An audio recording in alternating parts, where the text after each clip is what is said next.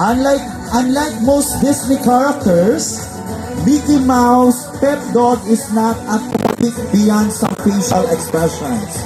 What is the name of Mickey's dog that was first introduced in 1930?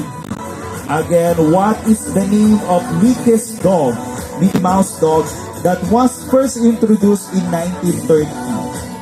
Okay, white, Goofy, blue, Pluto. White, Goofy, blue, Pluto. 1, 2, 3, go!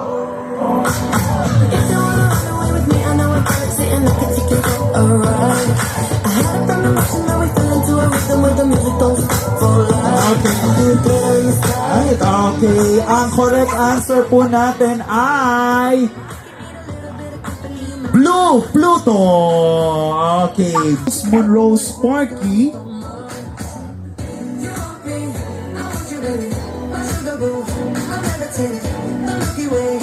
Scholes was born in Minneapolis in 1922 and grew up in Nerdy. Go!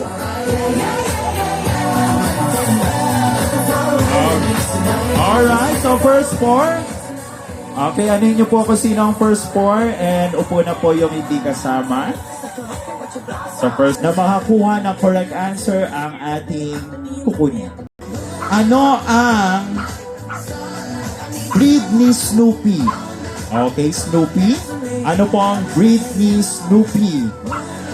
Letter A, o sa white, we have Jack Russell Terrier. Blue, we have Beagle. Again, breed ni Snoopy, Jack Russell Terrier. Sa white, blue, Beagle. Okay, 1, 2, 3, go!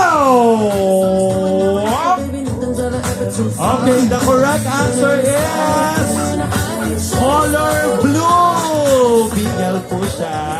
Okay, thank you so much. Snoopy is a beagle according to his official profile on the Peanuts website. Okay, ito po, unahan po ito ha, unahan.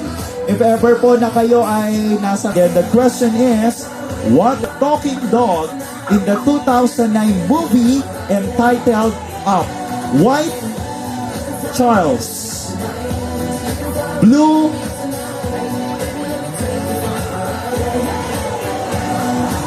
Bug. Okay.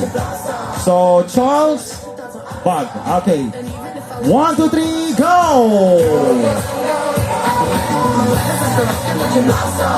Alright. Okay, the correct answer is color blue.